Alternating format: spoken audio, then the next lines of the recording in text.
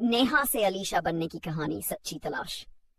नेहा एक साधारण हिंदू परिवार की लड़की थी। घर में पूजा पाठ होता था, पर नेहा का मन हमेशा सवालों में उलझा रहता। ईश्वर कौन है? उसे पाने का सही तरीका क्या है? कॉलेज में उसकी दोस्ती सायरा नाम की मुस्लिम लड़की से हुई।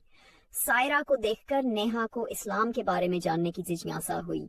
उसने देखा कि सायरा 5 वक्त की नमाज पढ़ती, रोजा रखती और हर चीज में सादगी अपनाती थी। एक दिन नेहा ने सायरा से पूछा, तुम इतनी पाबंदी से नमाज क्यों पढ़ती हो? सायरा मुस्कुराई और बोली, क्योंकि नमाज से मुझे सुकून मिलता है। ये मेरे और अल्लाह के बीच का रिश्ता है। नेहा को यह बात अजीब लगी। उसने कभी इस नजरिए से पूजा को नहीं देखा था। उसकी जिज्ञासा बढ़ी तो उसने कुरान का हिंदी अनुवाद मंगवाया और पढ़ने लगी।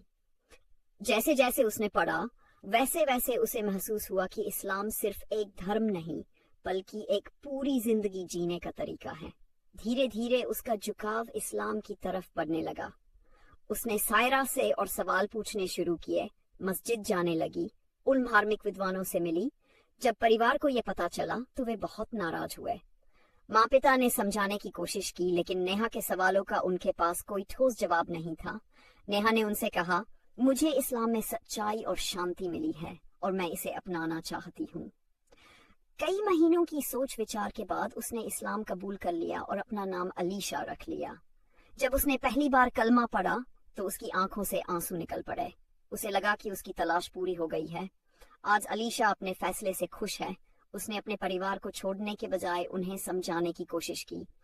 धीरे धीरे उनके दिलों में भी इस्लाम के प्रति गलतफहमियां कम होने लगीं।